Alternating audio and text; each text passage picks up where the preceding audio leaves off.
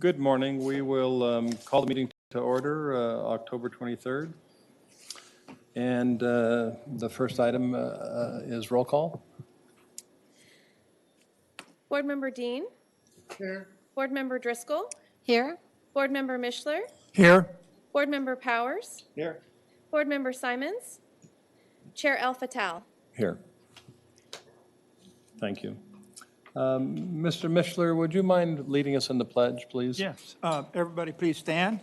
Hand over heart. Ready? Begin. I pledge allegiance to the flag of the United States of America, to the republic for which it stands, one nation, under God, indivisible, with liberty and justice for all.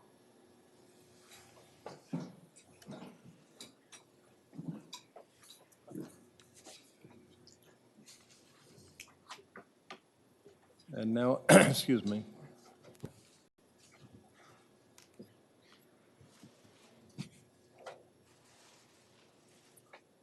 And now if we can look at the minutes. Motion to approve? Second.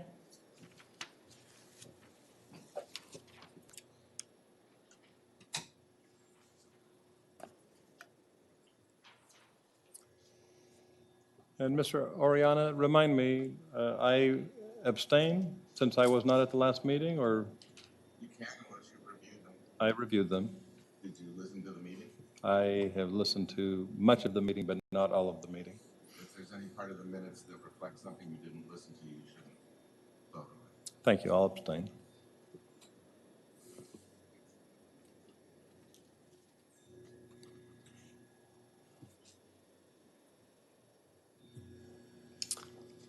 Motion passes. Thank you. And are there any comments on the agenda? Any need to change anything, or we're good with the agenda? Okay, agenda's good. Excuse me. For the first item, I don't see Simi Valley or what was the third one? Thousand Oaks. Port Wayne Amy. No, Port Wayne Amy's here, or at least the presenters. Oh, Ventura's here. So we're missing. I think the presenters from Port Wayne Amy and Simi Valley. So I don't know if we want to take the other one first. Item number 9 first. Okay. A pleasure of the board. We're okay? I have a question before we get there, right? Sure. For comments.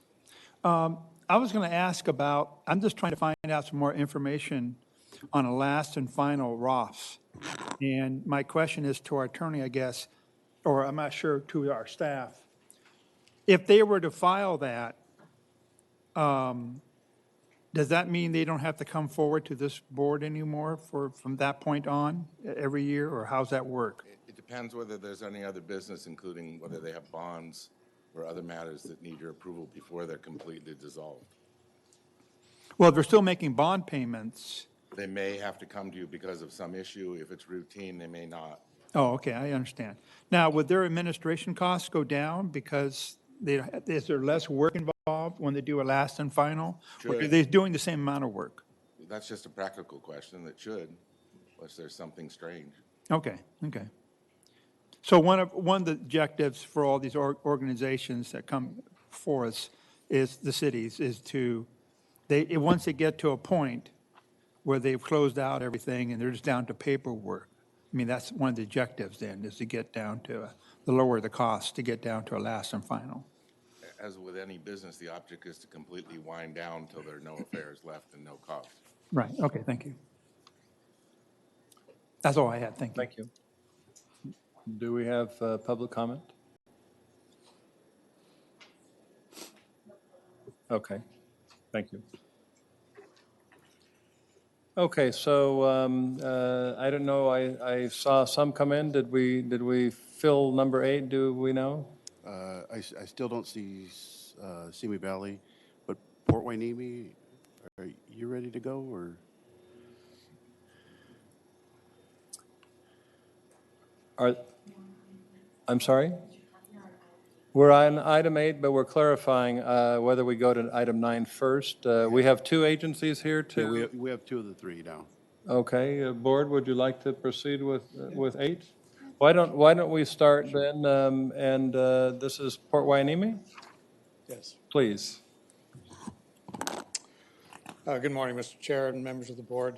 My name is Steve Kinney. I'm a consultant in economic development. I'm here representing the city manager of Port Hueneme today, who had some prior engagements with his council members. It's a bit of an awkward situation for me, frankly, in that our longtime consultant firm, RSG, that's prepared the presentation for your information today, they've recently gone through a turnover and have some new people assigned to Port Hueneme whom I've never met. So I'm sort of putting out a call to the audience to see if there's anyone from RSG here.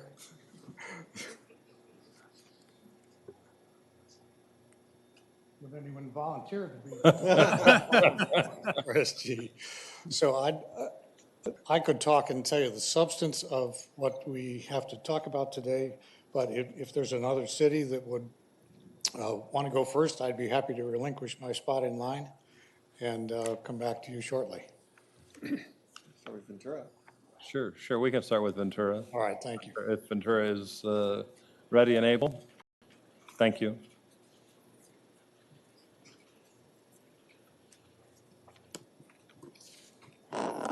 Hello. I'm Dory Boyer. I'm a management analyst for the Community Development Department, City of Ventura, and I'm the sole remaining RDA staff member. We do have a PowerPoint, and I do have a handout going out so you can refer to these later, because it is a lot of information.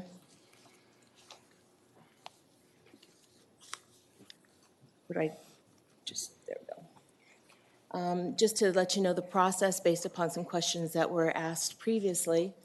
On all of our sites, we do not have any environmental mitigation issues on any of the sites. All of those were cleared up a long time ago. The way we've handled it is the property is still in the name of the redevelopment agency, and we will transfer those to the City of Ventura through the grant deed process at the time of sale, and the city sells it to the purchaser. All of the costs for the site disposition is borne by the city, so the city's tracking all of the costs. It is not on the ROPS or part of our admin costs or anything like that. This is the way we decided to do it based upon our interpretation. We track those, and then at the end of the sale, the city gets reimbursed for any of those costs before we turn the money over, the residual receipts over to the county for distribution. And we were the first city that had a sale and did that process through the county, so we know it works. We had originally on our long-range property management plan, we had 7 sites. And this is a very quick overview as to what they were. This kind of lets you know we're in our downtown area because that was our merged project area. All the different sites are located. And if you can tell by the outlines, they're fairly irregular or fairly small sites. And what I'll do is briefly go through each of the sites so you can get an idea of where they are and what's happened with them. First one is site number 1, of course. And this way you can actually see a visual of what the site looks like. And this is just off Highway 33 between City of Ventura and the riverbed. And it's a parking lot. And not a whole lot of development could happen on that. So what we did was we transferred it to the City of Ventura to continue as a parking lot because it's at the trailhead of the walking path, bike path. And you can tell it's not even an acre. This is site number 2. It's 2 parcels in the L shape. There is no access off of Main Street. The only access is off of Garden Street. There are businesses on the corner and then the businesses to the right. And the businesses to the right actually have an easement to get to the driveway on Garden Street. It's about a third of an acre. It's zoned, what we have in our general plan is T51, and it can do commercial, retail, mixed-use development. The issues impacting this location is the location, the physical characteristics and the fact that it's L-shaped, it's irregular, it surrounds other buildings right now, the accessibility, the easements that are already on there, and that it would require substantial site assemblage from all the property developer or owners in the area to be able to do anything development-wise for us. We did an appraisal back in 2015 when we started this process for $419,000. We got the request for proposal approved, and Patagonia Works, who is right down the street from this location, was the first people that we chose to work with. Unfortunately, in April of 2017, they decided to move in a different direction with their headquarters and weren't looking at staying in downtown Ventura, so they pulled out of the negotiations, which meant we had to go back through the request for proposal process again. And at that time, Addison Main Street Trust, who's the property owner of those buildings that were on the right to the site, decided that he wanted to go ahead and purchase them. And he's needing to expand his parking lot because of the fact that his employees only have a limited number of sites. So it's like, why not? It's right next door. He was going to pay the same price that Patagonia was going to pay. And unfortunately, December 27th, Thomas Fire, he was impacted by the Thomas Fire, he and his family. So negotiations kind of stalled out for a while. All of our purchase process are tied to entitlements, which means they have to go through the planning process and get what they want to do with that property approved, because we want to make sure it can be moved forward toward that end. We don't want somebody buying the property telling us they're going to do one thing and then hold on to it forever and it becomes blighted or however it may be. And right now, the escrow is scheduled to close February 2020. What happened on this, another delay, was he was tailing off of Patagonia's entitlements, and they had filed for the entitlement. He was going to do the same, pretty much the same parking lot, an improved parking lot area for that. And unfortunately, due to the delays, the entitlements have run out. They've expired. So he now has to start the process over again, which that's why we're looking at February 2020. Site number 3, this is at the corner of Thompson Boulevard and South Ventura Avenue. It's across from what we call the Working Artist Ventura development. It's that little square that has the cars. At the time, it's so small, it couldn't really be developed on its own. We allowed the Working Artist Ventura development to use that as a temporary parking lot. We weren't charging anything. It wasn't improved as a parking lot. It just allowed them some access. They actually have parking over underneath the freeway, but this allowed them to use that for the time being. It is, again, only 1/3 of an acre, and it could be residential, multifamily, mixed use. That was appraised in 2014 for $300,000. We actually sold the property in 2017 for $348,000. The purchaser was a developer that was developing the whole block. So they've now raised the whole block and starting a whole residential mixed-use development on that whole block, utilizing that little site. And the site distribution costs for that were $39,000, which the city got reimbursed. And so what we sent to the county was $308,000, and that was dispersed to all our taxing entities. Site 4 was on our long-range property management plan, but it has been removed. It was part of this parking lot, and as Board Member Simons was concerned about is how titles were done with properties. And we found that this was in the name of redevelopment agency, but when we did the historical research on it, found that it was supposed to have gone to the city way back at the time that that whole street was vacated and abandoned. So we had to make that correction. And that was done in June of 2013 before we completely, and we did an updated LRPMP regarding that. So it's now in the name of the city of Ventura. Site number 5 is a city-owned, it's right next to a city-owned parking lot. So we just turned around and transferred it to the city for continuation of a parking lot. As you can tell, it's pretty landlocked. We couldn't really develop it, or another developer couldn't do anything with it unless they assembled that whole block area.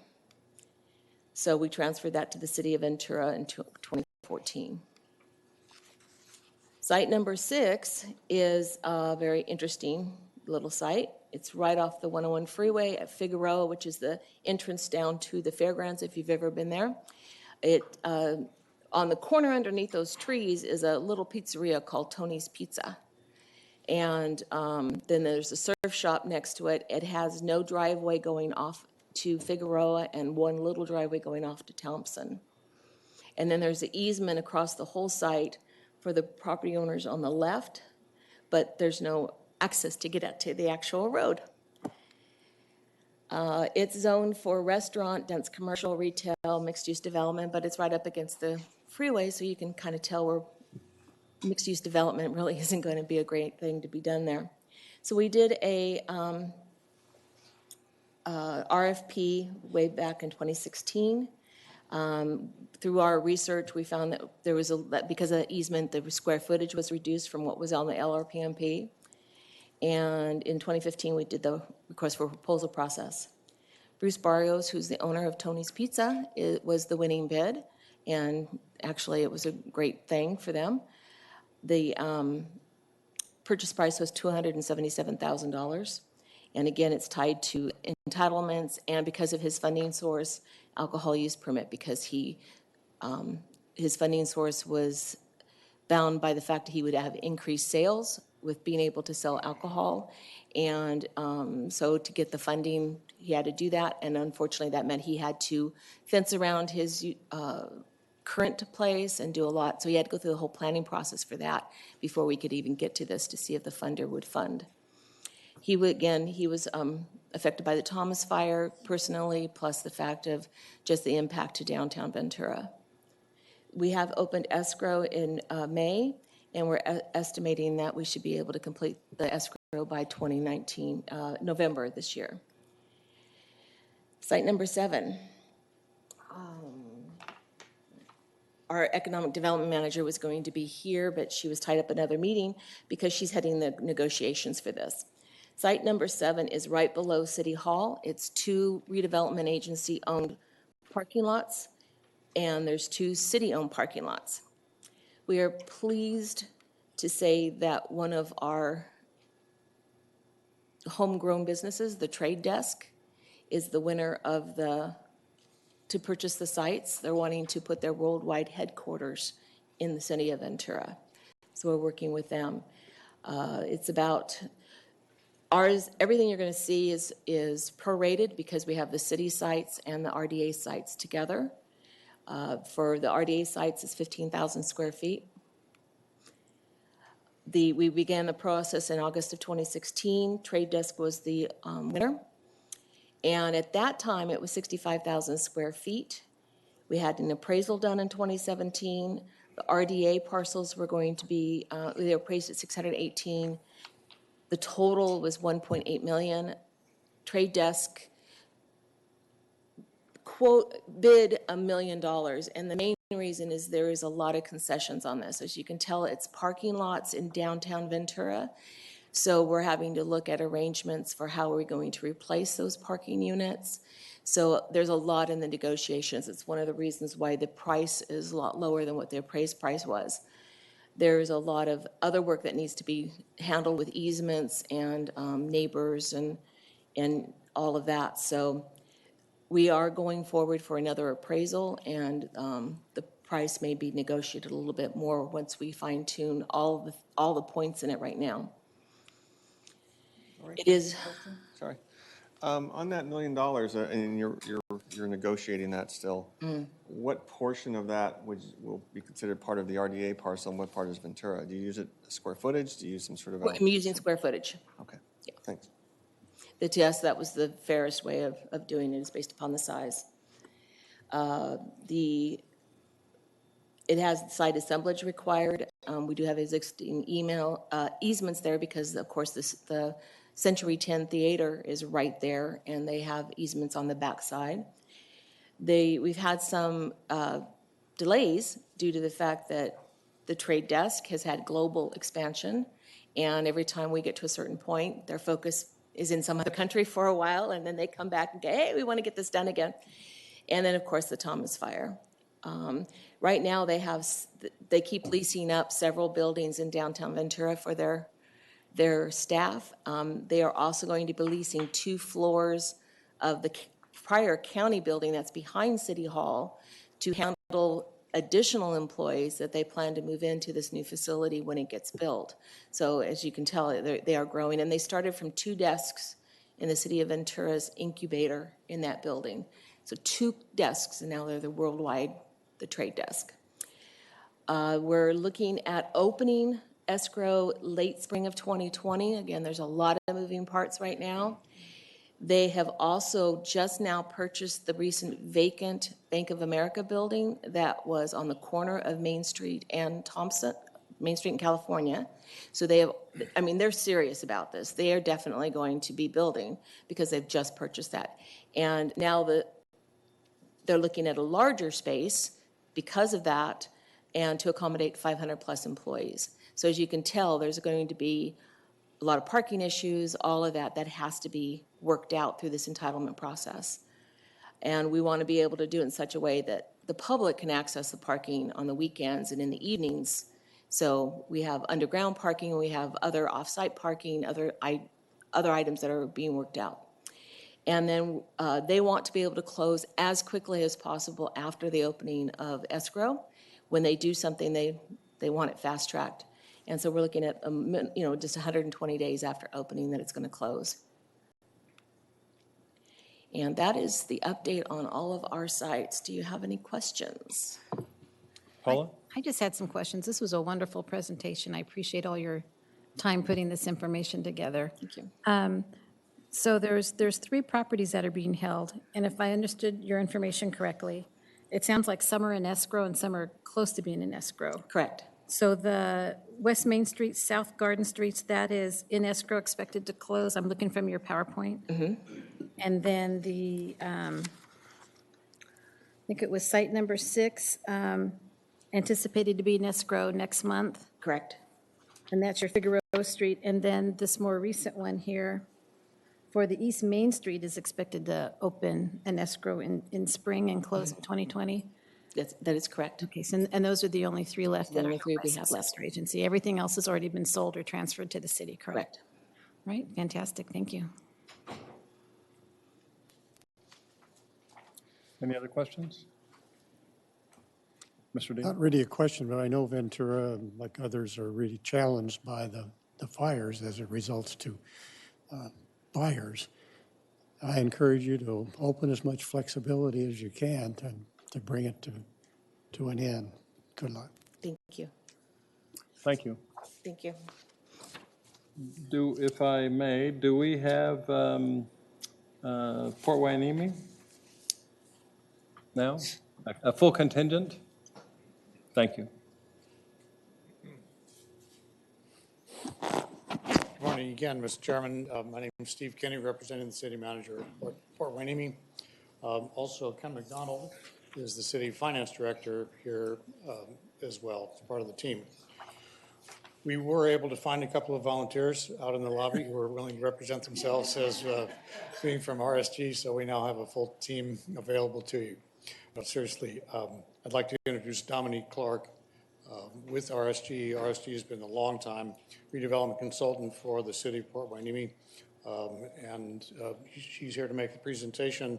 It's pretty simple. We really only have one parcel that's an active marketable parcel, and we think we're in a position to wrap that up relatively soon. So I think we're talking about sort of closing out the entire portfolio of the successor agency in the near future. So Dominique can go through that, and then we can discuss further at your pleasure. Thank you. Hi, I'm Dominique Clark from RSG, and we have a presentation.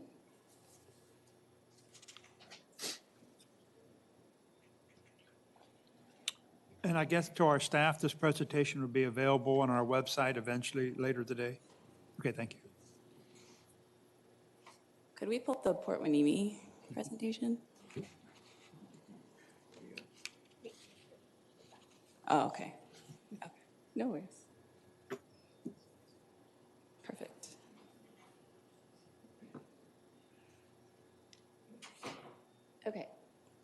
So, as was mentioned, there are 6 parcels that were included in Port Huenemi's LRPMP, but really they consolidate into just 3 properties. And so this slide shows you an overview of all 3, but we'll go into further detail as we go along. So these are the 2 government use properties. The first one is the Pleasant Valley Road properties, and this is actually 3 parcels, so it's properties 1 through 3 on the LRPMP. And pretty small. Altogether, it's 0.26 acres. It was zoned for parks and open spaces. And as you can see, it's limited to no development potential due to the small size and the street access. So this property was transferred to the city for governmental use, and the transfer has been completed, so there's no further action on this property. The second property is in a similar position. We call this the gazebo property. It's only 1 parcel, 0.34 acres. And this one is not developable due to California Coastal Commission standards. And this property was also designated for governmental use to be transferred to the city. And that transfer has also happened, so there's no further action on this property. And then finally, there's 1 property that was designated to be retained for future development. And this property is called the Market Street Landing property. And the slide shows address 100 Panoma Street. It's 2.4 acres. It was acquired by the former RDA as 10 parcels, but it was consolidated into 2 parcels. And it is vacant, zoned for general commercial. An appraisal was done most recently in March 2019, and the appraised value came out to about $1.9 million. There have been some environmental studies done. The initial environmental issues were that there are soil mounds from elsewhere that were left on the site. Also, historical records indicate that there was a dry cleaner adjacent at one point. But phase 1 and phase 2 were done, and the soil mound testing revealed that there was petroleum hydrocarbons and arsenic levels above EPA's remediation goal level, but it was within naturally occurring range. And it was also determined that it was unlikely that the adjacent dry cleaners impacted the groundwater under site. So after those phase 1 and 2 assessments were completed, the city removed the soil mounds from the site. So there have been a lot of proposed developments for this property, including an office complex, a restaurant, mixed use with office, retail, and restaurant. Currently, the successor agency is exploring whether to transfer the property to the city, and the city would purchase it at market value, and then the city would hold on to it for future development, or the other option is just to find a buyer and sell it directly. And the successor agency is very focused on getting this last property completed, getting the transfer done as soon as possible. So that concludes the presentation, but we can take any questions. Thank you. Any questions? Yes. On that last property, it is, can you put the map up? Sure. Does it abut the Oxnard Harbor District property? Is that just the property that's next to that? Is there any interest from them? I mean, I've heard that they may be interested in that property. Right. Yeah, you're absolutely right, Mr. Powers. It does abut the Harbor District property, and we've been in negotiations already with the Harbor District for that. They're certainly interested in inquiring, and the city is pursuing that. So, as Dominique mentioned, that of the 2 options that we're looking at, one would be for the successor agency to make a direct sale to, for example, the Harbor District. It's not finalized yet, or else maybe convey it to the general fund of the city, and then subsequently a sale. But in either event, for your perspective, it would be for the same dollar amount. Any idea what the timing is? And you said you're in considering it and et cetera. I know that. I'll know more in 2 weeks. We have a closed session scheduled with City Council for then on this very topic. But I know that if it were up to the port, there's a port representative sitting here. If it were up to the port, it would be tomorrow. And we will strive to get as close to that as we can. When could you report back to this board on that action? What's a good time frame for that? I don't want to be too early or too late. I'm just asking. Right. When we Are can you get an asking update. about the decision whether to convey it to the city or to sell it directly, or the actual ultimate disposal? I guess the ultimate disposal. I mean, we're not concerned how you dispose it within the city or to the district, but just for an update or for a follow-up for this board. Could be a letter to this board or something like that would be, acceptable to me. I can't speak for everyone, though. We'd be happy to send a letter, frankly, after the city council meeting, just to say what strategy we've decided to pursue, and then we can update you as the negotiations come to a close. Okay. That's acceptable. And at your, when you feel you're at that place where there's something worthy of this board, receiving the information, that'd be great. Yeah. Thank you. But And now the Port District is interested, I'm assuming, right? absolutely. Yeah, okay. Yeah, they've expressed their interest on many occasions, for sure. And the city is mutually interested as well. Got it. Okay, thank you. I might just point out just a little windfall for the benefit of all the taxing districts involved in this transaction when the pie is ultimately divided among everyone. There's a bit of a windfall for everyone here because, as Dominique mentioned, the most recent city appraisal was done last spring at $1.9 million.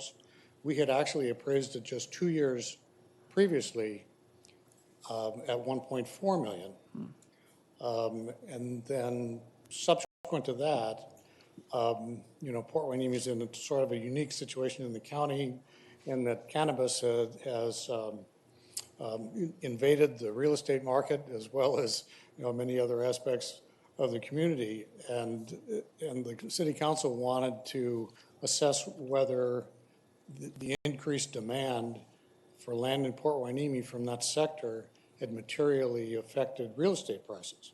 Because the city had several parcels on the market, and we wanted to make sure that we were current with everything. We had the properties reappraised. That's the reason for the 2019 reappraisal.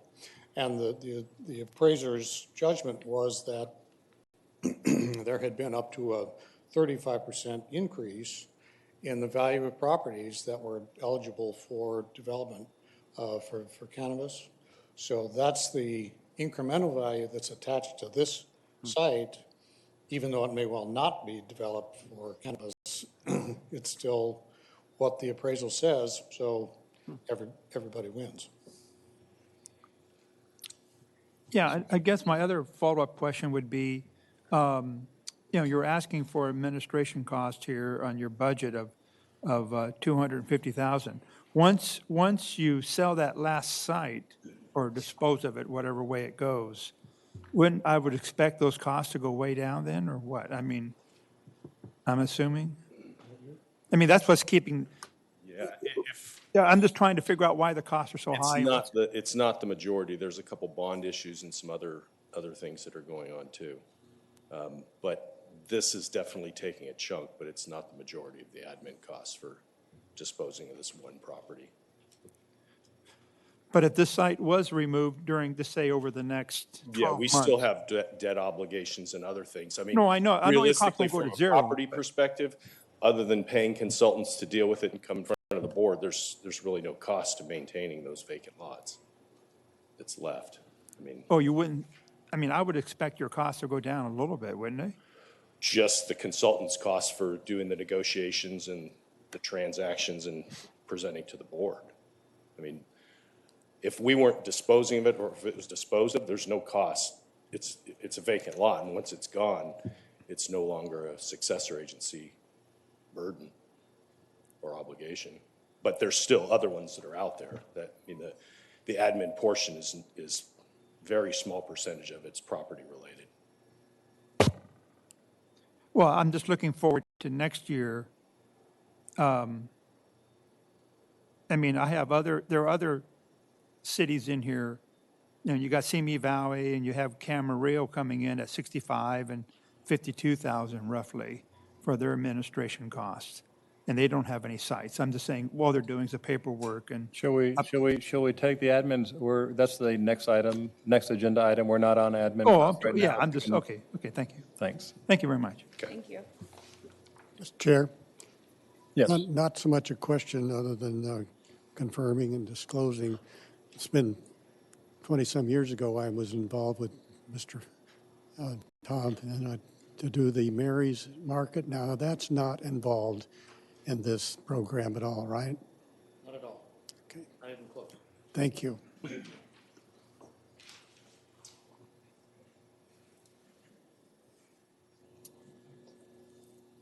And we have one public comment card for this item number 8, Donna Lacayo.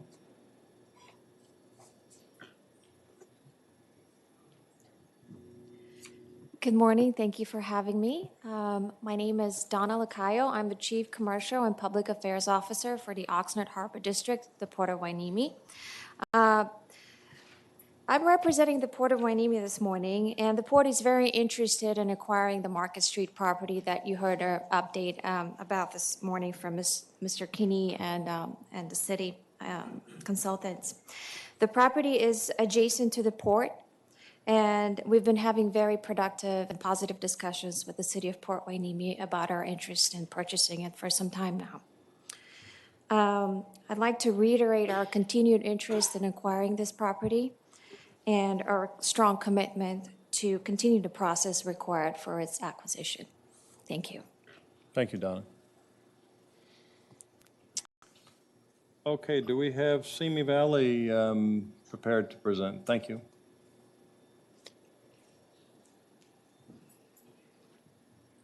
Good morning, Chair and members of the board.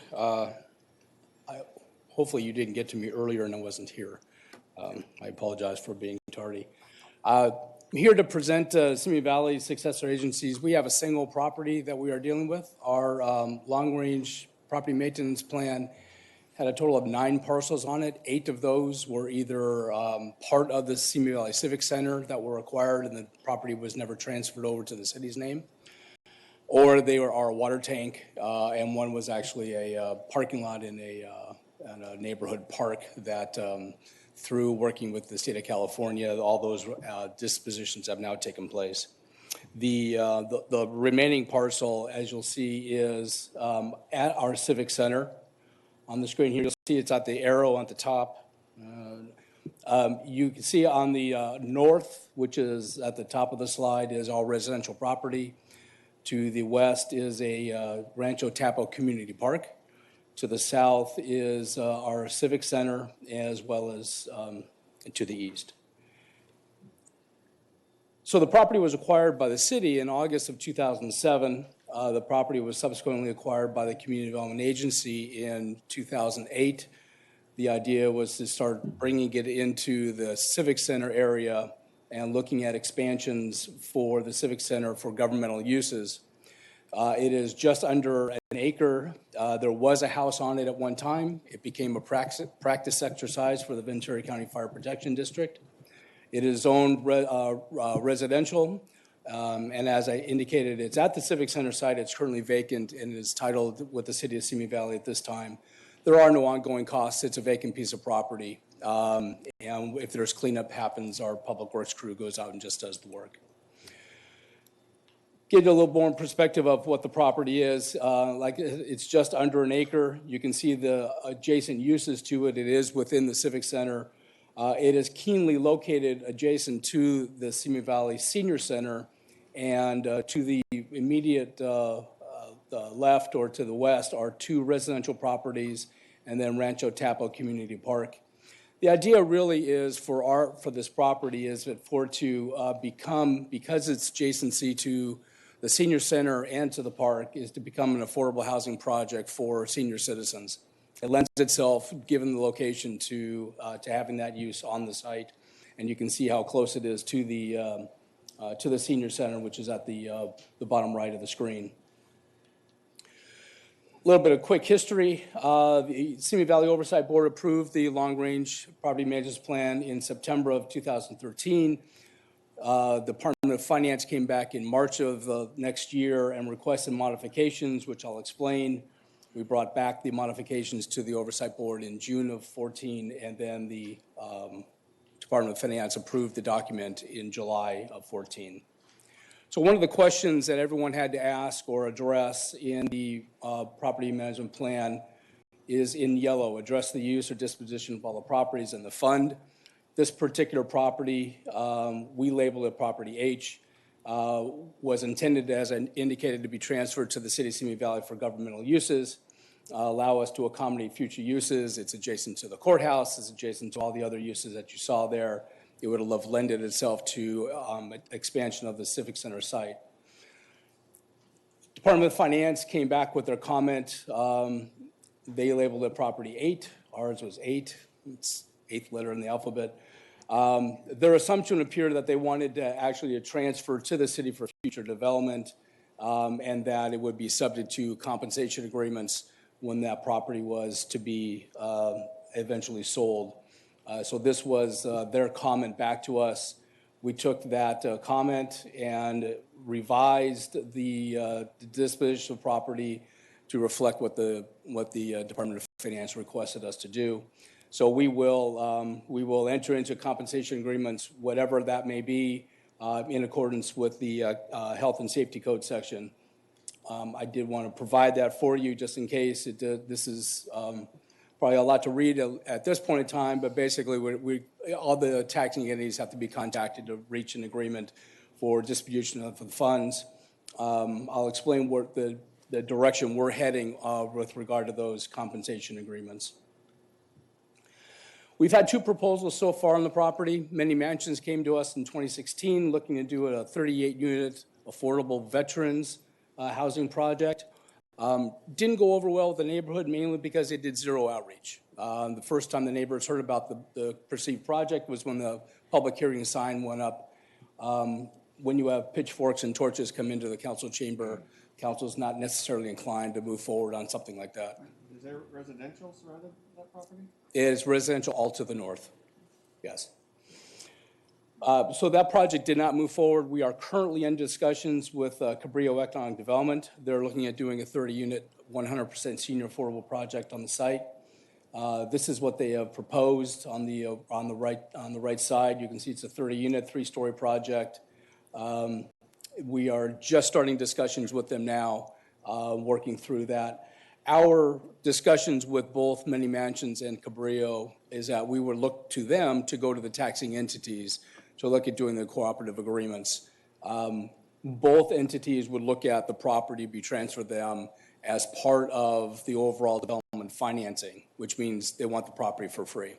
So I don't have a problem getting you the property for free, subject to council approval. However, you need to go to the taxing entities to get those cooperative agreements. And we would work with them on that regard, but that's where they're going to have to go in order to make this an affordable project and work with their financing. That's it. We have that single property, and like I said, we're looking at the eventual disposition of the property to be a senior housing project. And we are at this point in time. If it doesn't work out with Cabrillo, we may end up doing an RFP and sending out to bid for other entities to take a look at the project. Thank you. Any questions? So, one question. Do you have an agreement with Cabrillo in place, or are you just negotiating? Just under discussions at this time. That's all. Okay. Matter of housekeeping, I don't think I introduced myself. I'm Brian Gabler, interim city manager of the city of Simi Valley. Thank you.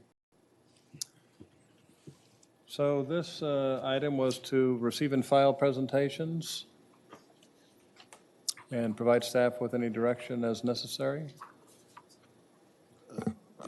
The only thing, last time with the other 3 entities, I think we had at least a couple of them scheduled to come back, in 6 months or so to give an update as to the process or where they're at on those properties. I don't know if you want to do something similar to that. It's up to the board. Thank you. I assume we would want to do the same? Yeah. Okay, so that's direction. Would that be for all 3 entities? Last time we just picked, I think, Moore Park and Oxnard to come back. Well, I think we would want to kind of stay in touch with everyone's progress now that we've heard where they're at this point in time and to see if things are going forward. I'd hate to have too much time in between in case things change or assumptions change or plans change. I think it's important that we stay in touch with how everyone's progress is. I agree. That's the reason I asked Port Hueneme for a letter, because I thought 6 months may be too long of a time to hear about their property opportunities. So Yeah, I agree, all three, with the expectation also that a letter, three what? 6 months, I think. All three agencies to come back in 6 months, or approximately, But if you could, plus a letter yeah, also the letter, when it's appropriate. for Port Huenemi's particular circumstance. Yeah. Need a motion. Yes, we need a motion. I'll make a motion with what we just discussed. After our meeting. I'll second that motion.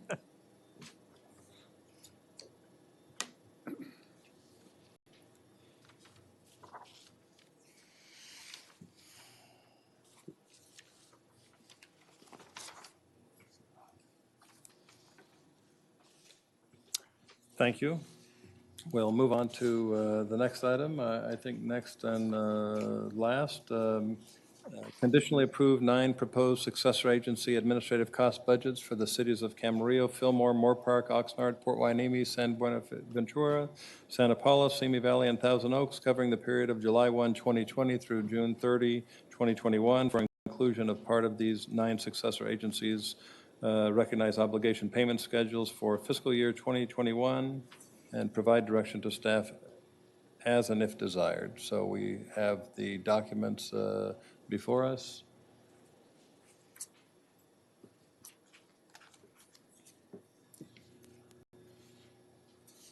Any comments, questions? I wasn't here at the last meeting, so you'll forgive me.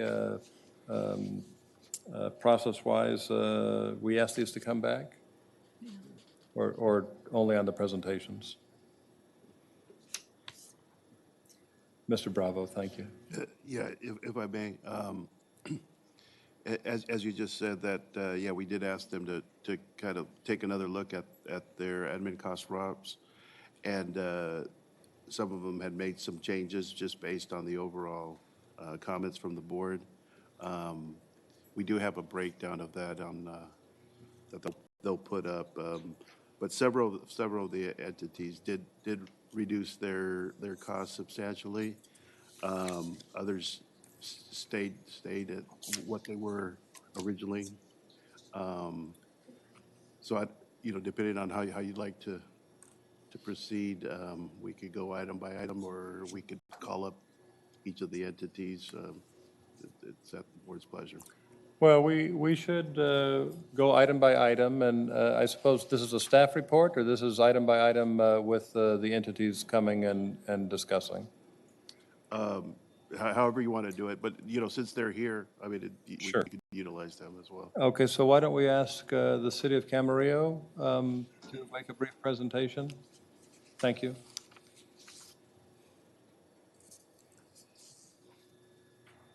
Good morning, members of the board. Brian Ritchie, accounting manager for City of Camarillo. So last month, we presented to you our admin costs, and we presented a total amount of $93,500, of which $80,000 was staff costs. And so before, when we presented, the sort of the thinking behind our $80,000 was, out of the 3-year trend, we had a year where there was around actuals of $75,000. But after hearing the discussions from the board and having our own internal discussions, we decided that it probably would be better to reduce our costs to be in line with our last actual cost that we had for 18-19, which is $46,000. So we reduced our actual staff costs to $50,000, which is in line with that total. And that's pretty much the total of our admin costs. Thank you. Any questions? No, I just want to make a comment. Thank you very much for going back and looking at that. It kind of falls in line. I think that's good to be more, try to get these costs down and be a little bit more realistic and stuff. Thank you very much.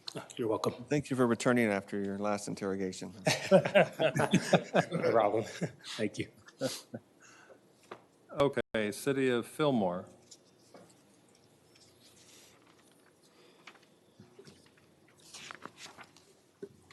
Good morning, board and chair of the board. My name's Galen Bryan with the City of Fillmore. At the last meeting, our administrative budget was budgeted at $250,000. We were asked to go back and sharpen our pencils, look at it again. I was able to do that. I reduced it some to $223,000. I know that's not a lot, but I have to still remind you that we have 3 properties that are up for under the, well, 3 properties that are to be sold. 2 properties currently are under significant development review. We are spending significant amount of hours looking at reviewing those projects, working with the developer, working with staff. We have our engineer team, planning, finance, city manager. We're spending significant amount of time on developing those 2 projects. So I have to remind you of that, or remind myself that we have additional time to put in with those 2 projects. So I ended up at $223,000. Thank you. Okay. Questions? Any questions? And again, thank you for going back and looking at that. Thank you. Okay, you're welcome. Moore Park?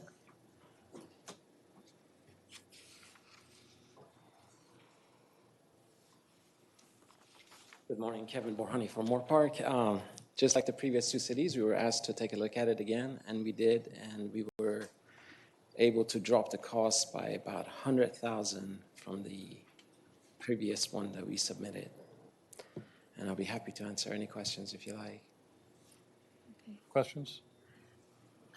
Yeah, I had a comment, and thank you for you provided a detailed spreadsheet, so that was very helpful. Okay. And it was in that detailed spreadsheet that I noticed there was, for the admin budget, property disposition commission, appraisal, and closing costs. And I believe that would happen when the properties are disposed of, when they're sold.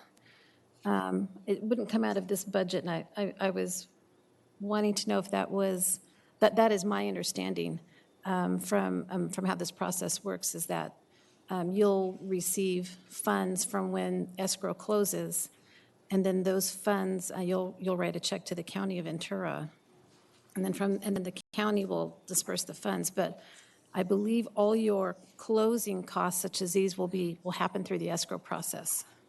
Correct. And because of that, they don't need to be included here in the admin budget. I saw there was property disposition commission of $111,000, appraisals estimated at $10,500. I see marketing, so that's outside of closing costs. But then I see a line item for closing costs for $22,500. So I believe those 3 items will be addressed through the escrow process.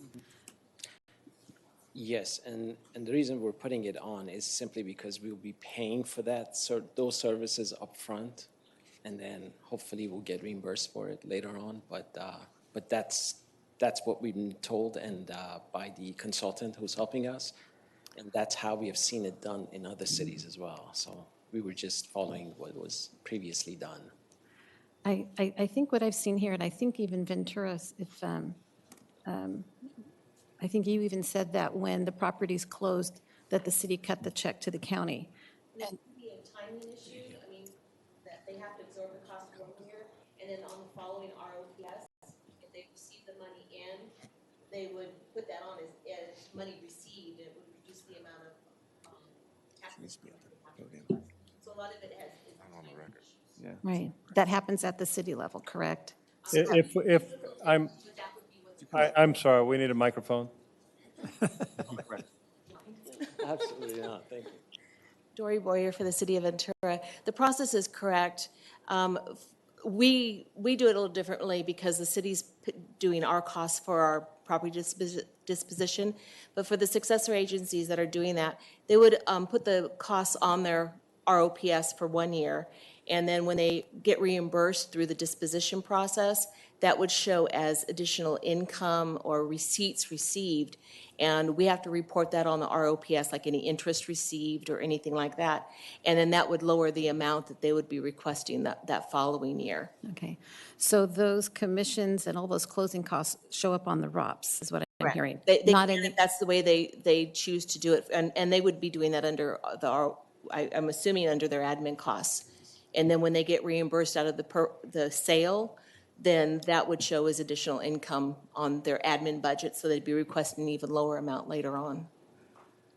But yeah, they get reimbursed all the closing costs, all the, all of the real estate costs, that all gets lumped together because you pay it out, and then whatever money you get in the sale, the net difference of that goes to the county. But they would be saying, okay, we got reimbursed for these, so now we're not going to ask the county for that money again.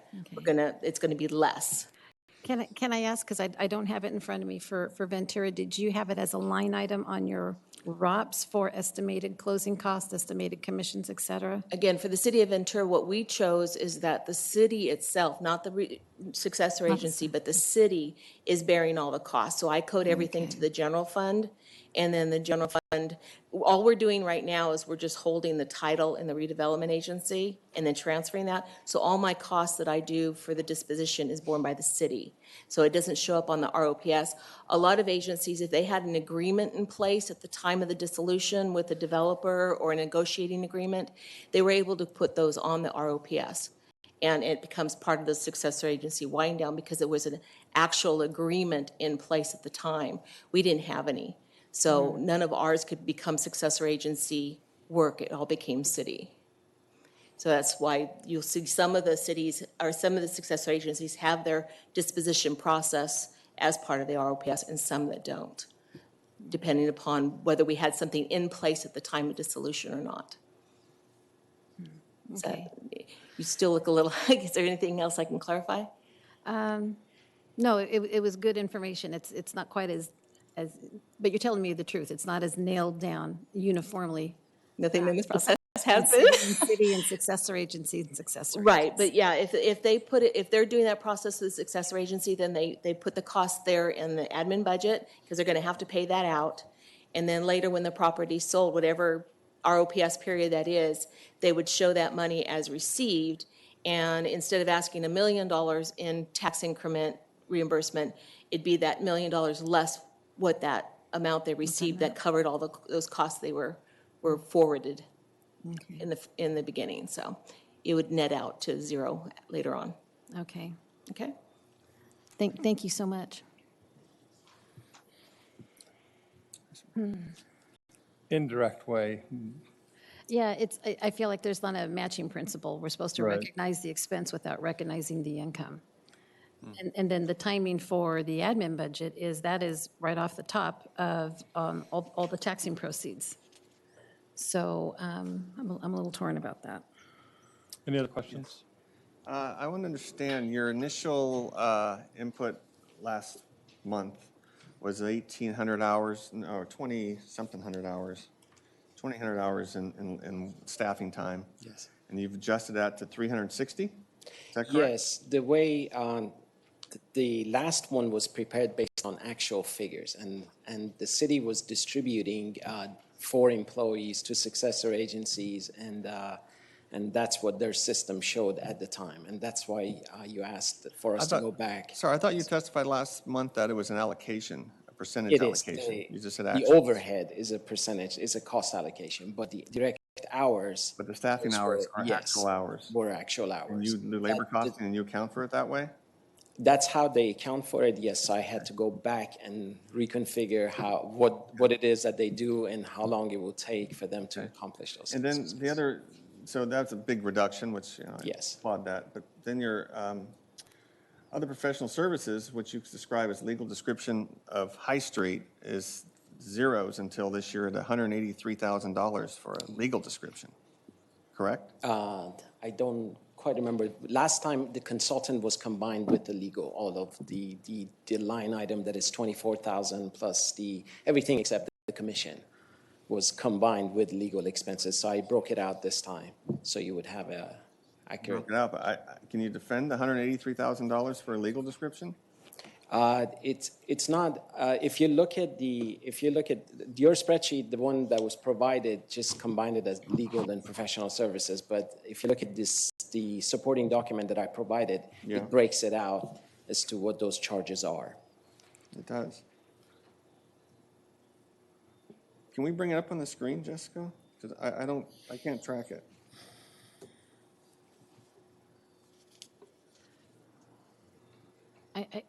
I see your question, Scott, and I'm going to guess that even though it doesn't say legal, I think it's a combination of some of those other costs, but I don't have the quick math in my head to find the 184. Yeah, what Paula was talking about before, it does add up to the 183,000.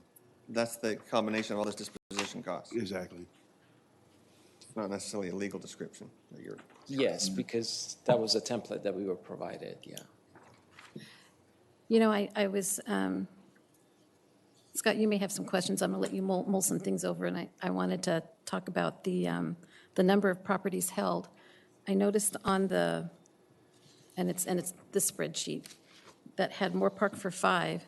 When I went back to look at your presentation materials, 3 of them have already been turned over to the city, correct? Yes, and So there's really two that are still with the successor agency that need to be disposed of.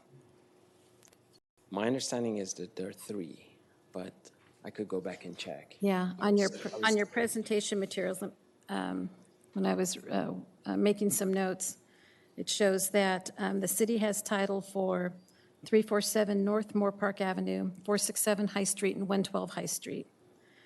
But that There's one for Los Angeles Avenue, correct, as well? But that the successor agency has the title for the Princeton, just as Princeton Avenue, and then 500 LA Avenue. Okay. So in looking at the materials, it looks like there's really 2 that have not been disposed of, and that the other 3 were already, that the city already has title to those 3. I can research that and get back to you. Yes, my understanding is there are 3, and that's what the consultant told me, and I've only been with the city 47 days, so yes. But yes, my goodness. Catch up. But yes, I can look that up for you and let you know at the next meeting if you like. Yeah. Yeah, sorry. So I think there were, by way of example, I can't remember whether 7 maybe were for Ventura, for the city of San Buenaventura, and they have 3 left to dispose of. I think I remember from last month, Oxnard had 50, and now they're down to 7 that they need to dispose of. And from reading these materials, it looks like Moore Park had 5 that they're down to 2 of them that still need to be disposed of. And that's the Princeton Avenue and the 500 LA Avenue. I will check, but my understanding was the presentation was for 3 properties last time, and that's what the consultant, that's what his agreement says. And but I'll check again and let you know if you like.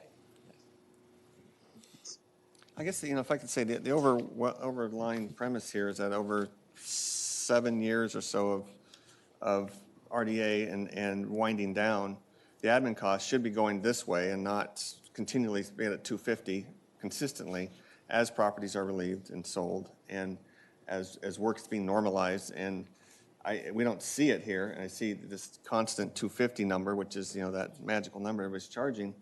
You at 290, which I see, or it was at 390, now it's at 290. But there has to be some, notion of reduction in costs as you proceed over years 1 through 7. And if here we are in year 8.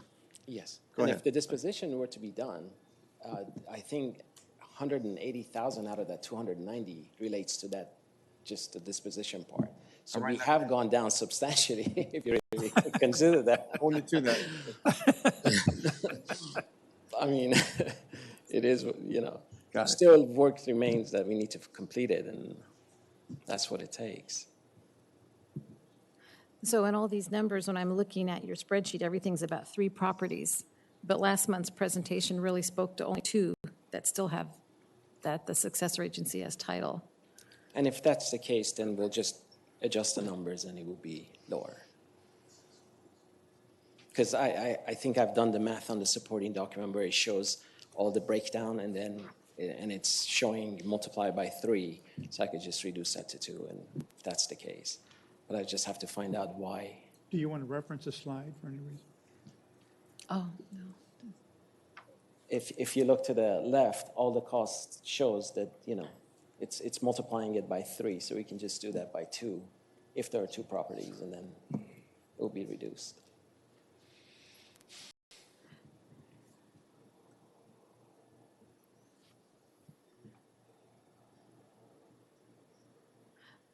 And I'm still a little torn about about holding the commission and the appraisal and the closing costs out in admin.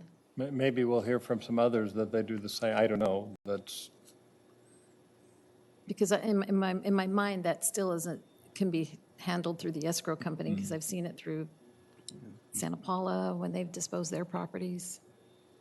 Maybe we can hear And from then the timing is in alignment, it matches with the revenues.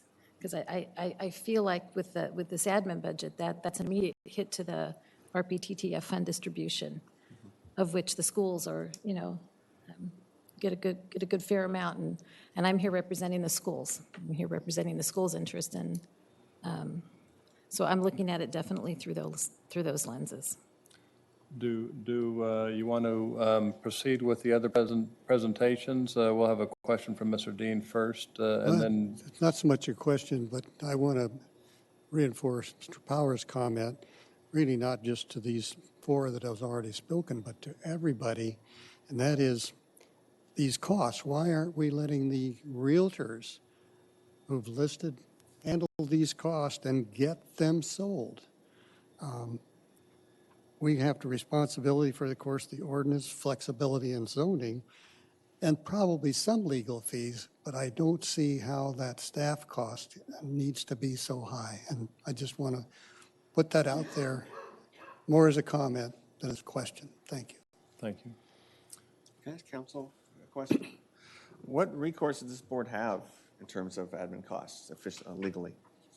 Your discretion is to whether or not approve the admin budget as part of the ROPS each year, that they come to you, and your duty is, as a trustee would be, it's a fiduciary duty to deal with the expenses as if you were dealing with your own money, and what a reasonably prudent person would do under those circumstances. The legal standards is that general. What you need to do is uncover the facts and determine whether it's reasonable or not, whether you would spend your own money that way. And if we disagreed and the only action we could take, I would understand, would be to not approve the ROPS. You could approve the ROPS with a lower administrative budget. We could arbitrarily? Not arbitrarily, but based on the evidence. Okay. It has to be based on Well, evidence. true, yes, but I mean, we can make that So determination. you have to have contrary evidence to what they claim the actual expenses will be. Okay, thank you. So shall we move on to the next presentation and maybe come back to this at the end? Thank you. Oxnard.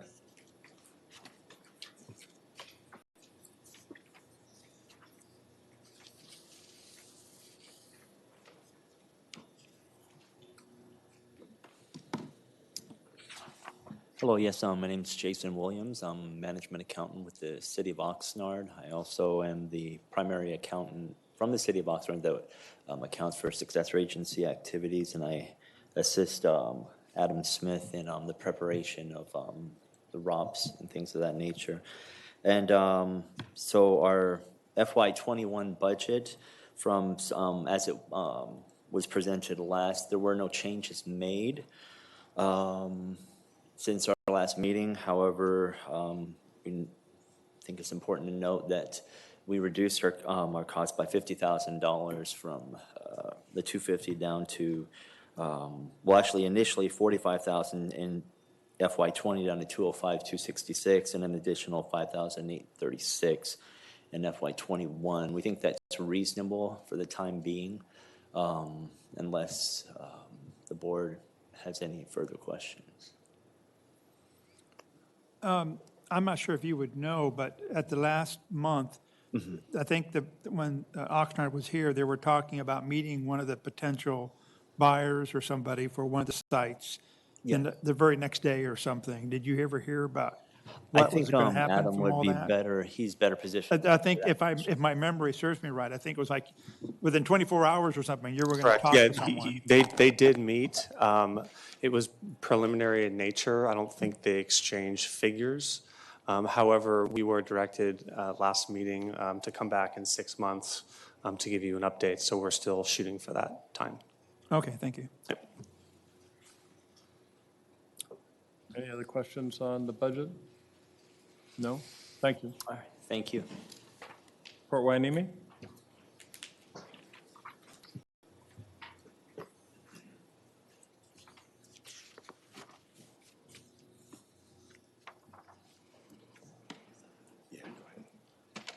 Hi, Dominique Clark from RSG again.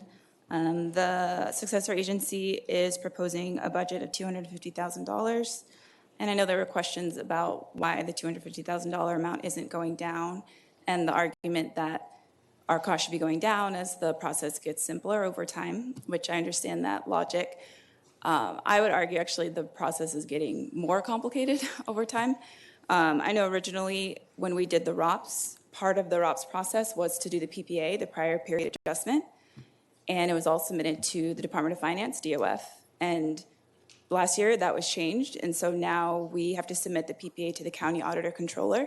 And so we submit it to the county auditor controller, and there's a lot of back and forth with the county auditor about, can you provide trial balances, can you provide supporting documentation for everything? And so we do that process, and then once we're done with the PPA, then we get ready to prepare the ROPS, which is with the Department of Finance. And then we're asked the same questions by the Department of Finance about each of the backup documentation and the trial balance. So you're going through the same process twice instead of one time, as was done previously. And we have to work with the county auditor as well as the DOF. And then I think also the switch from the local oversight boards to the county oversight board. Now we have meetings like this and preparing presentations and coming. And I think that actually has added costs as well. And then obviously over time, staffing costs are increasing. So I think for all those reasons, the process is actually getting more expensive and more complicated than previously. Yes. How many properties did you start with in 2012? We had the 6 parcels that consolidate into the 3 properties. Okay. So I think most of the costs actually aren't related to the property disposition. And in the budget that we provided in FY 18-19, under actual cost, only $1,900 of the costs were associated with the property disposition. So most of the cost doesn't have to do with the properties. It has to do with going through the ROPS process, the PPA process, and managing the successor agency's finances, paying bonds, that sort of thing. Can I ask another question? I think you're the only city I could see that hit their actual cost at $250,000 exactly every year in the prior 3 years. How do you do that? We've actually exceeded that cost and then had to transfer that burden back. So I think it's been in the range of 14 to 25,000 a year. So the ceiling based on the legislation is 250. It's cost us more than that, but we end up limiting it to that, and then basically the general fund just absorbs any additional costs above that. I think honestly, I don't know other successor agencies. Like we want to put the successor agency in a position where staff, we can allocate all the costs that they're spending on this process to the admin budget. And I don't know if that's the case all the way across the board, but we're trying to do that in Port Hueneme so that the city isn't ending up paying for this process.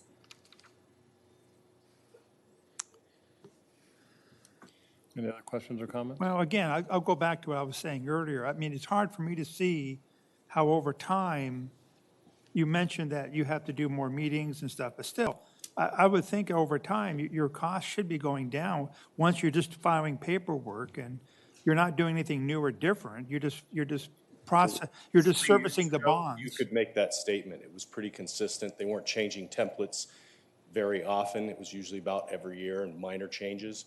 Since we've had consolidated oversight boards, it's been a lot more complex. There's a lot more forms that have to be filled out, a lot more details. So all things being equal, this is the 4th successor agency I've worked for. Every single one of them was different in the details they worked and how they did.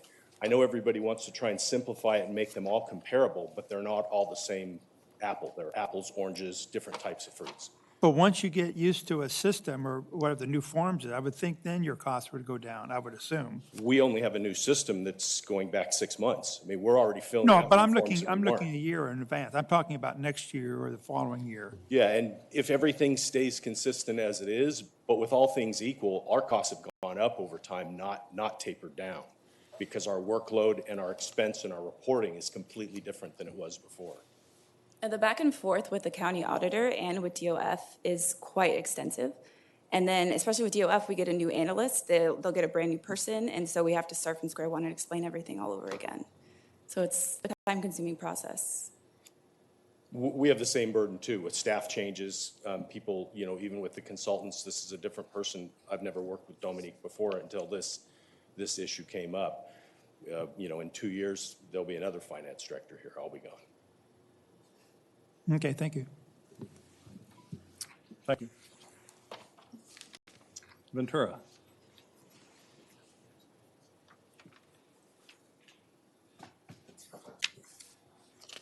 Dory Boyer with the City of Ventura. Do you have any specific questions for me I can answer? Otherwise, I can just kind of go into this. For us, we maintained from the very beginning, the letter of the law was that the admin budget would be 3% of the ROPS amount that you were requesting, or a minimum of $250,000. We fell under the $250,000, so that's what we requested all the way up to this year. You also had to be able to defend as much of that as possible. So one, the letter of the law said we were allowed to have an admin budget of $250,000. That's what we did. Since that, 2 years ago, Department of Finance came back out and said, okay, now wait a minute, we know what the law says, but now we're going to change it, and we're going to say, okay, you have to be fiscally responsible. You're going to have to start documenting everything. So the last 2 years, based upon the data that we were able to document, our amount was still higher because we were still had accounting methods that were older. Our administrative cost allocation process hadn't been reviewed in a while. I couldn't change it because I didn't know the amounts. I had to go off the document the city had and how much they were allocating. Luckily, this year, they updated that, so you'll see that our amount went down quite a bit. The other thing that we've had is I've had the same issue that others have talked about.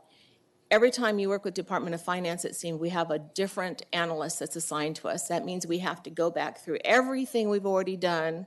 We have to give them information in the way that they want it, not the spreadsheet that we gave before, but in a whole different spreadsheet. Then 6 months later, you've got the county asking you for all the backup documentation, your financial statements, your trial balances, and then in amongst all that, you have your auditors that come in and decide, okay, they want all this data too. Some of them are well-versed in the successor agency the dissolving of successor agencies. Some are not. And so you have to try and go back and say, this is what the law said at this time, this is how we did it, this is how it's changed. It is a lot of work. And believe me, all of us are looking to that point of being able to just write a couple checks and be done. But I have a lot of other things to work on. For us, we still have 2 items that we are still trying to get on the ROPS. They're line items that the Department of Finance did not approve. They're sponsoring entity loans. That means the city put out the money. The RDA had a loan agreement with the city, and we had to jump through all these other hoops to get to this point. And we are still fighting to get those 2 items on there because we feel that the city and the taxpayers are owed that money. And we now have one. We pursued the easier, what we thought was the easier of the 2.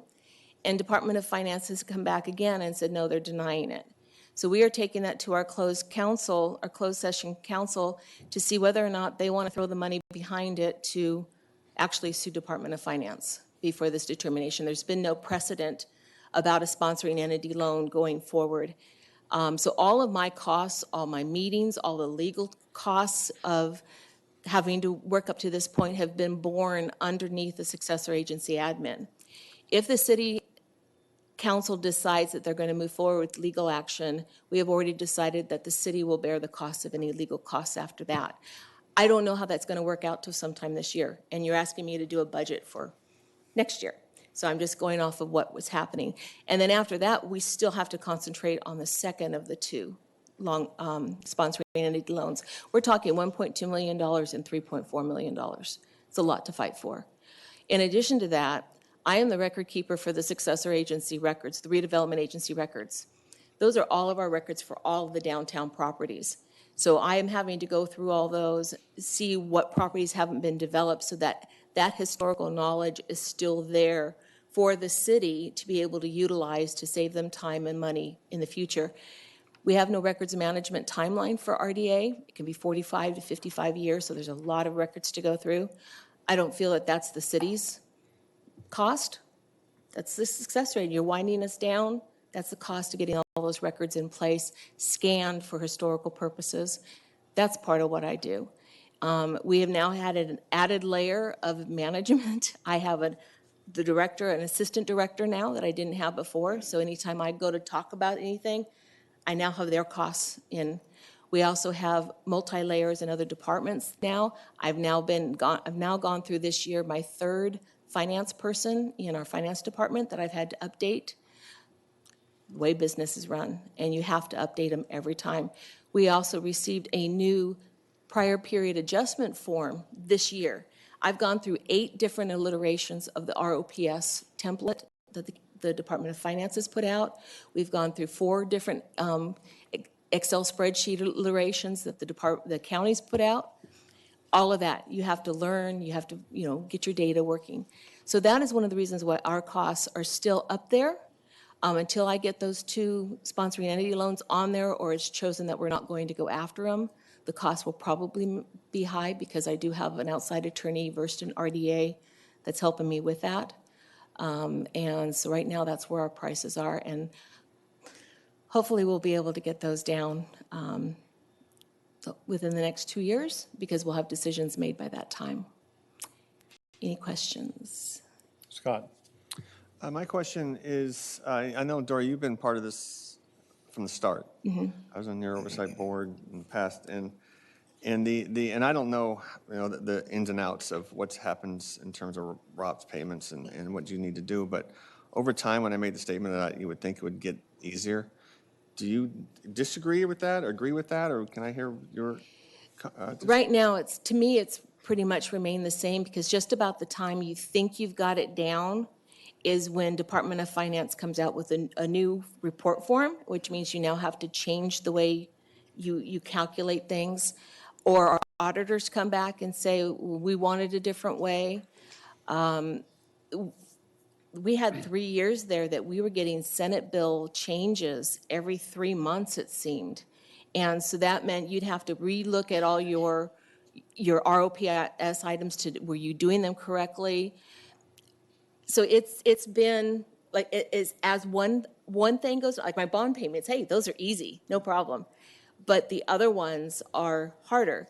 We have what we call a Supplemental Education Revenue Augmentation Fund loan, which is what we call CRAF. It was back in 2009-10 where the redevelopment agency borrowed from their Lomond Housing Fund to pay an amount the governor said that we had to pay to help supplement the state budget. Through the ROPS, we have to make that payment back. It's a calculation. It's not something I can say, well, I'm making a $500,000 payment next year. It's based upon what happened in 2012 and what we got last year. So it's a recalculation every time. The sponsoring entity loans, we have gone through 4 different interest rate changes that the Department of Finance has called out. So you have to go through and you have to adjust all your records again. And this is after you've submitted your ROPS. And then you have to substantiate everything back to the county of this is what I paid, what I didn't pay. So and then as properties develop, things are picking up. I'm doing much more research on properties that we've done environmentals on, things like that, because the economy's now improved. Where it was stagnant there for a few years. But as my cohorts here said, if they would stay with the same process and the same forms, then yeah, we could, and the same analysts, we could get our costs down. But until they stop changing the law on us, they stop changing the forms, they give us different people, it's just, I mean, if you think it's confusing to you guys, you know, you get a brand new person at Department of Finance, has no idea what your successor agency is about, and you're starting at ground zero again. So, but I think all of us would love to be able to be done with this too, but it's a big deal. I mean, our redevelopment agencies did a lot, and there's a lot of a wind down. Ms. Mission. Help me out. I mean, as you were describing all that, I'm trying to think when you, like, for example, one of the things you mentioned, historical documents and stuff.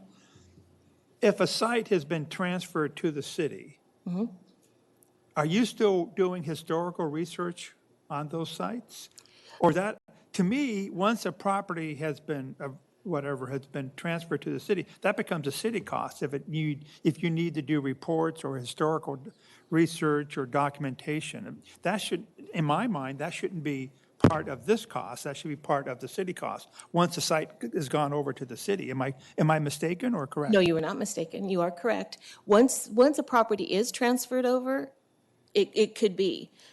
If you're talking about property disposition, I mean, everything that's done up to that point can be borne by the successor agency, and then once it's transferred, you know, for sale or whatever, it becomes that. It becomes part of the city. And we have that. You know, we have the parking lots that were RDA transferred to the city now. I've transferred all those records over to the city clerk. They have them as their background now. I don't have them. But a lot of the properties in our downtown merge project area, the former RDA did what they call the brownfield. We went through and we did all the environmental work on those. We have a lot of the phase 1 reports. We have all those. Those didn't get transferred over to the city. We still have those because it still may be a vacant lot. RDA doesn't own it, but we were able to go in and say, okay, we can do the brownfield on that.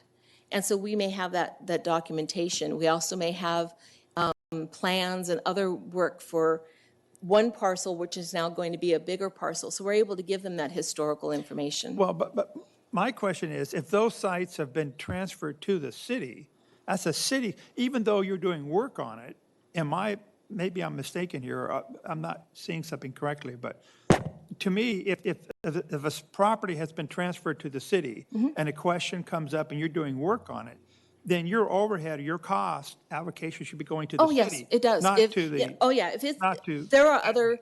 Okay. So, yeah, there's other properties the city owns. I'm just saying. Yeah, I charge my time to the city. Okay, so once a property has been transferred to a city and a question comes up, you're not putting that on the admin. No, this is just, no, this is for the development, and mainly what it is we're trying to get through all the records to be able to scan them so that then the city or whoever has access to those later. Right now, they're all under the RDA format. I mean, they're all saved as for RDA. So we're just I'm going through all those going, okay, this property's done with, we don't need these records anymore. You know, it's been to a developer, we can get rid of these.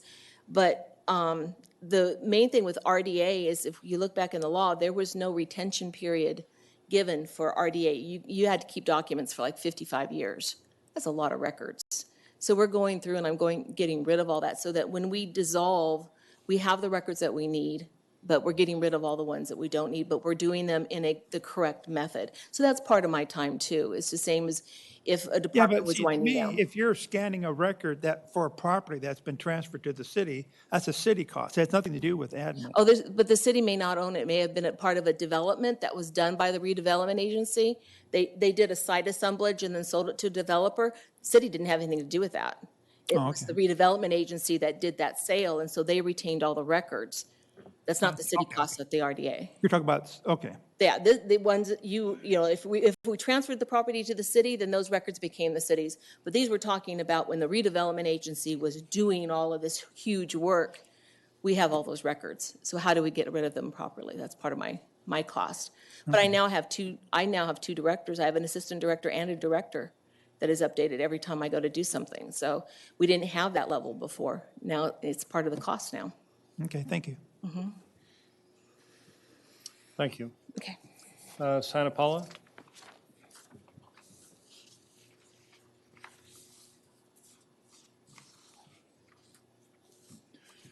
Good morning. My name is Mark Persico. I'm Chief Operating officer for Cosmont Companies, and we serve as staff to the Santa Paula DLA.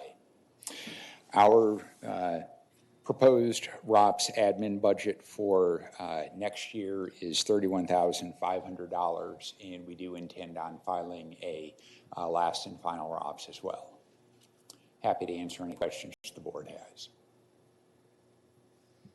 No, thank you very much for everything. Thank you. Simi Valley.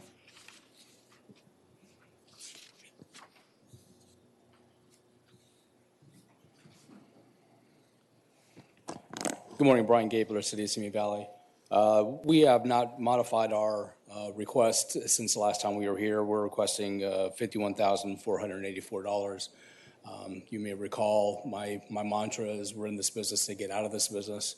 And we are just looking for the minimum coverage that we will have to cover our costs without really looking at any indirect costs that we're looking at recovering.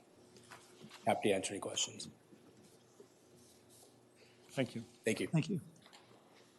Thousand Oaks.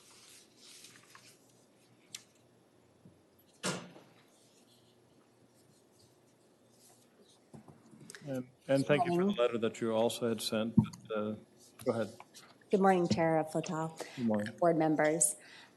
You'll see in the packet, although it was not required, we did write a board report for you to hopefully give you some further explanation as how we prepared our budget for fiscal year 2021 after the meeting that we had last month and receiving your feedback and comments. So we have updated our fiscal year 2021 admin allowance budget, and it was reduced to $186,700.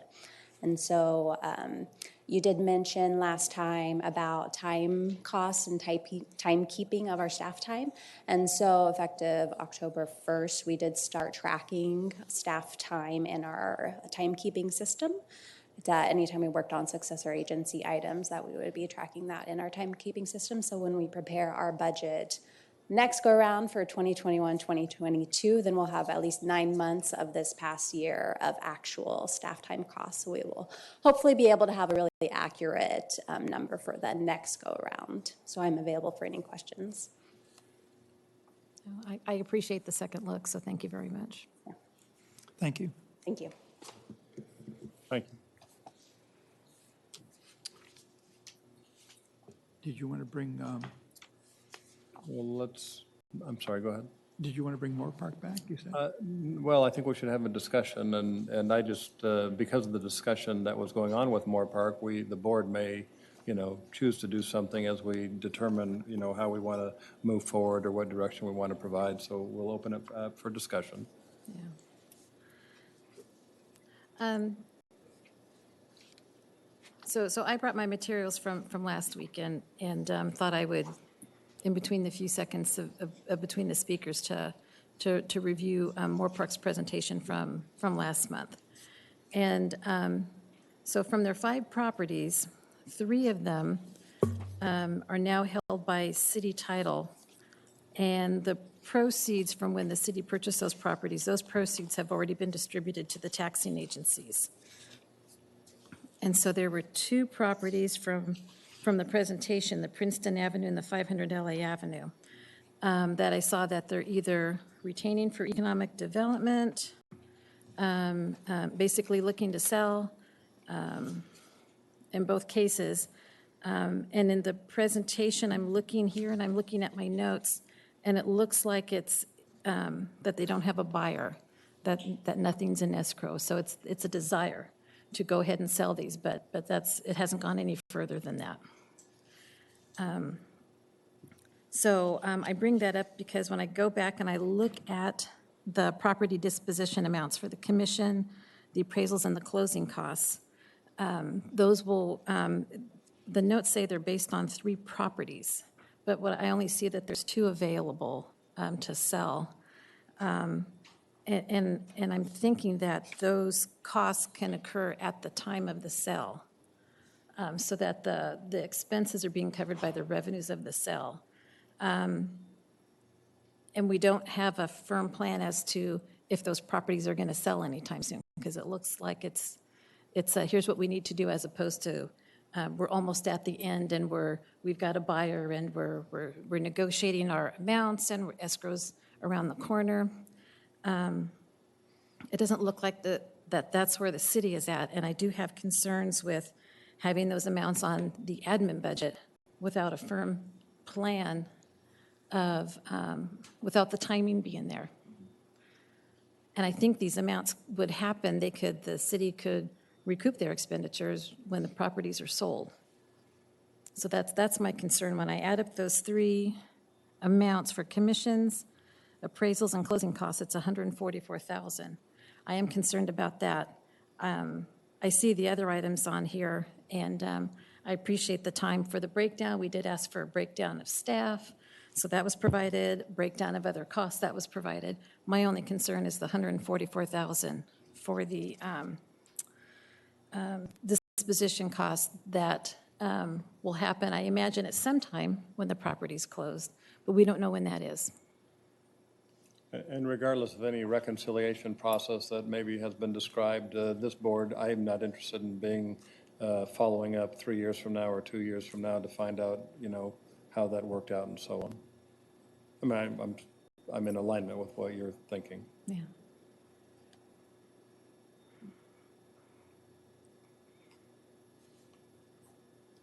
So I just would comment, not so much about Moore Park, but so these items certainly need approval to move forward in January at the state. I'm not, advocating all of that right this second, but I just want to let everybody know that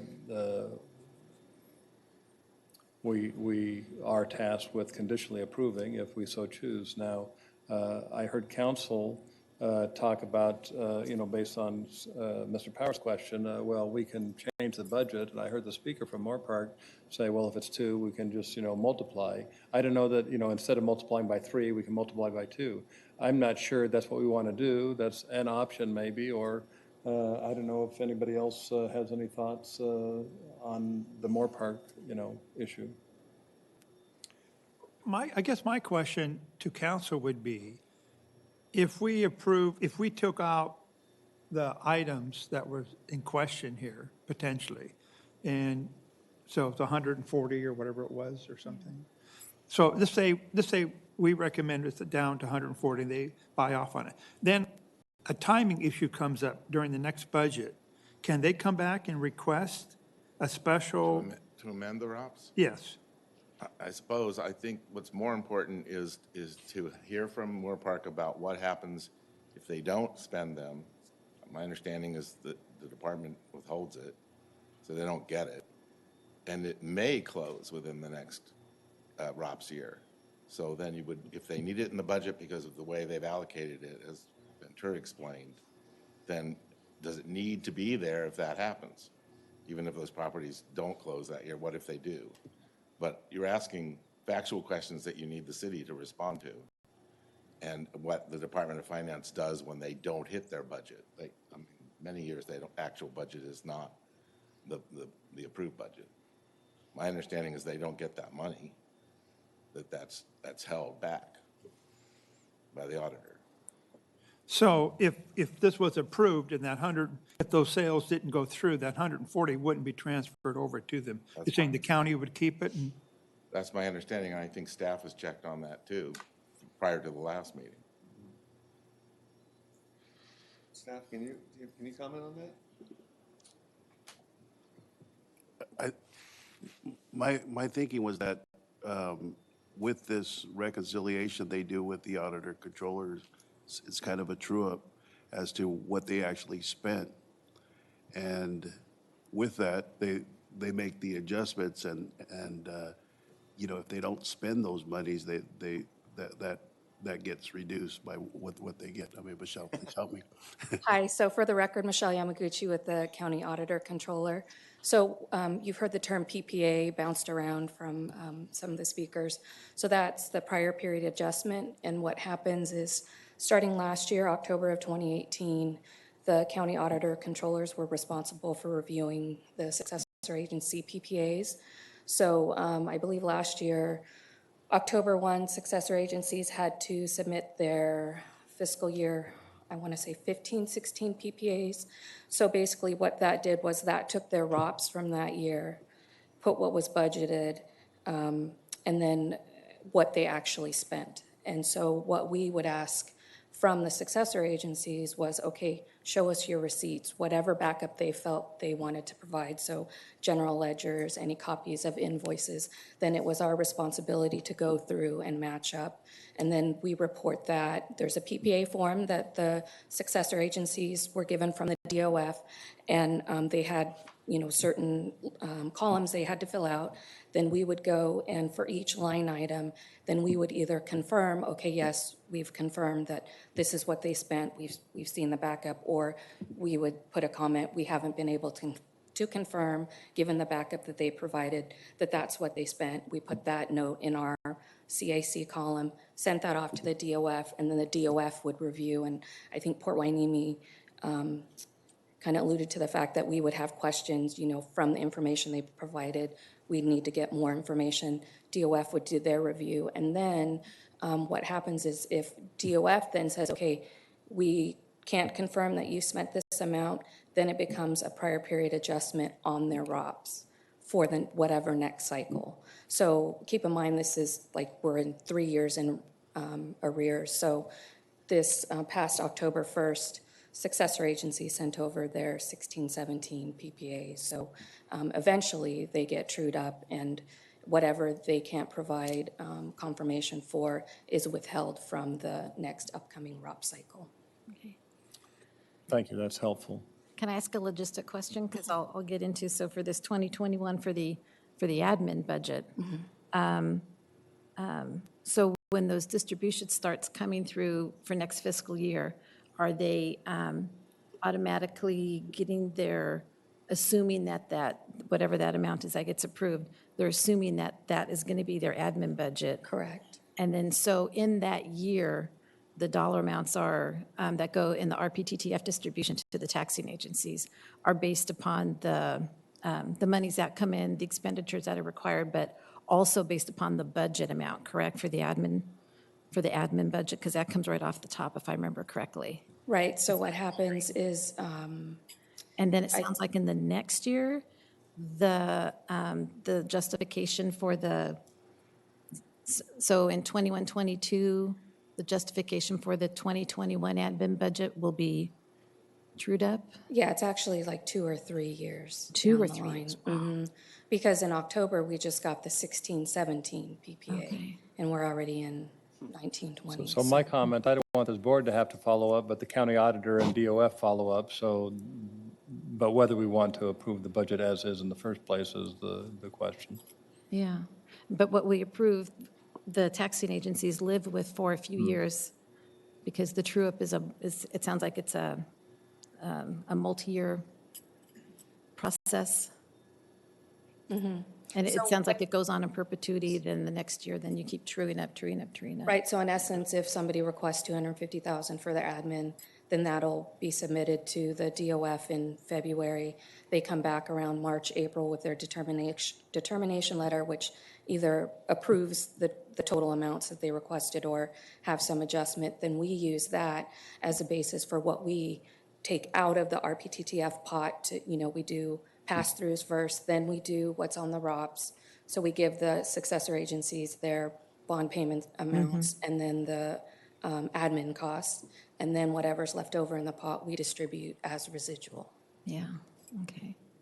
And then the true-up on the admin part comes years down the road? Right. Yeah, okay. Well, that's interesting, thank you. Sorry.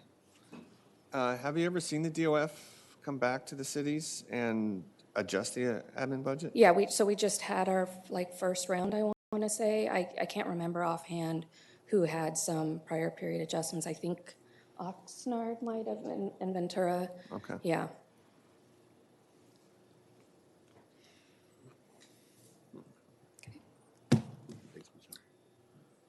That still leaves us, yes. Just a quick comment. I know I want to confess to you that my background has been in business and manufacturing, those kind of things, and some privately owned public works. But your input, such as for Mr. Powers and other government input, has been a big help to me. Driscoll too. Thank you. So we still need to approve or not? I move to approve, and pleasure. I'll be willing to argue another day. Can I ask a question? Is there another board meeting set up before the ROPS are approved, to be approved? So we have, I think last time there was that same question, and then we went back and see what the availability was of this room. We do have days in November, Friday, 11:15. We have. Those are days that are available, you're saying? Yes. Yeah. And again, this is just the availability of this room. It doesn't take into consideration the board schedules and that sort of thing, so. Okay. And so then we also have December, Wednesday, 12/11, and we have January, Wednesday, 1/8. What was the November date? I'm sorry. 11/15. And that's a Friday. And that one, I just have to remind you that it would be a quick turnaround for everybody to make that one, but I mean, we could do it. And so ultimately, in January 22nd, that's when we have scheduled to actually approve the ROPS. That's the next scheduled board meeting. Right. Okay. The only other thing I would suggest, just from over here on the cheap seats, is that it seems like at least some of these, the board could agree that they're at a good point, and maybe approve those and focus on the ones that are still still have some questions on. That way, not everybody has to come back if we do another meeting. Thank you, and I think Mr. Dean has motioned to approve all, I believe, and of course, we didn't hear a second yet, but is there a second for that? Can I make a motion, a different motion? Sure. And I come from this, Driscoll was talking about the school district, and I'm coming from the county's perspective, and the Board of Supervisors appointed me to act in a fiduciary context. And I'm comfortable with a lot of these, but I'm just not comfortable yet with two. And so what I'd like to motion is to approve all the conditional amendment budgets except for Moore Park and Port Hueneme. And the reason I'm not convinced yet that they have provided us fully that information that makes me feel comfortable. And it's nothing against you guys, and I know you're trying, and part of it is, me being a mediocre accountant, let's say. And so that's the motion I make, and the request would be to come back and make I'll say a stronger argument as to why you're charging this much. And you have to take into context, this is the first time, I said this last meeting, where we've seen all the admin budgets in one spreadsheet, and I agree with Port Hueneme saying, not every city and every ROPS item is the same animal, and they all require different work. But at the same time, it's hard to justify seeing Oxnard with 33 ROPS items and 7 properties, asking for $200,000, I think was their number, somewhere around there, and seeing other cities with less, and I want to argue less. And maybe it's the learning curve, maybe it's staff turnover, maybe there's a lot of reasons. But and that's anecdotally that makes sense. It's just I need to tie it in a better way, stronger way than that for those two entities. I'll second that motion. Any further discussion on that? Yeah, I haven't figured that out yet. Does it have to be a legal board meeting? Can it be a letter of return to this board outside of it? Question mark? All that is required legally is that you approve a ROPS in January. Mm-hmm. You need the information to do that by then. The public has an interest in commenting, as do the entities. So if there's any kind of board vote, that has to be done under the Brown Act at a meeting. If you want just information provided that you think is sufficient for you to deliberate in January, you could advise staff not to schedule the meeting, but you cannot talk about it or discuss it, or you can just receive it. And it would be a public record anyone could look at. So you can request information from those two entities, have that available in January, or you can have staff schedule a special meeting if you think you need to discuss it with them before January. But you can't confer with each other about it. And so, and if I may, I think certainly it would require a meeting, and even with Moore Park, for instance, to just comment on Moore Park, there's more to it, I think, for this board to weigh in on, or information we would want of, I commented and the speaker commented, well, we can just, if it's two properties, we'll just multiple it by two instead of by three. But all of the other issues that Paula mentioned, they're all in there and around there. And I would be concerned that, we'd like to get some more information, and what's going to happen, is the next round of information going to be enough for us, right? So the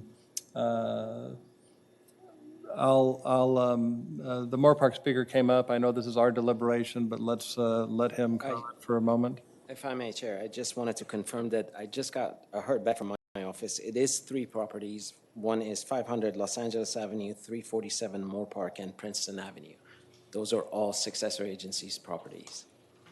And consultant has been hired, and agreement is being signed. And there is a potential buyer, and the intent is to sell it this year. For all 3 properties? Yes. Okay. The presentation we got, If I recall correctly, you weren't here for the presentation, correct? I watched it on television. Right. And I downloaded the handout. Right. So I was able to see it. So in the handout, it says that the title is held by the city, and that the current fair market value was paid and the funds were distributed to the taxing entities for 347 Moore Park. If you just allow me a quick second to download that presentation. Yeah, I can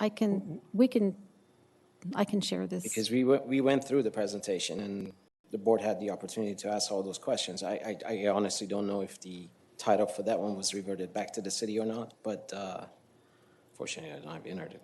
So maybe that's something the city could. But nevertheless, if you like, we can come back and do the presentation and go over it again. But Thank you. So we have a motion and a second, I believe, right?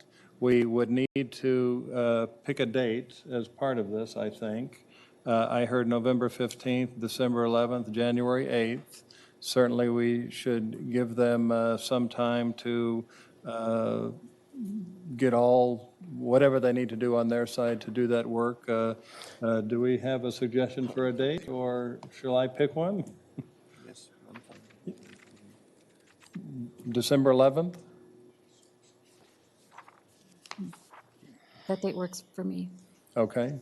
Can I clarify what the expectation is for them? I would like to welcome a report of some sort of letter to this board, and if necessary, a revised budget, if you see the opportunities there. Those are the 2 things that I'd be looking for to come back to this board. And any other contextual information or hard data that we could, chew on and make some more decisions on. That would be great. would you also like to see how other cities that report these type of expenditures on their ROPS, or how they include it as part of their admin? Would you like to see that as well? Because cities do that, and I did hear the board member say that, this is how she prefers it, but this is how it's done. I think that would be helpful if you had a spreadsheet or something that showed some of the cities and maybe their different methodologies. Okay. Will do. We're ready to vote? Thank you.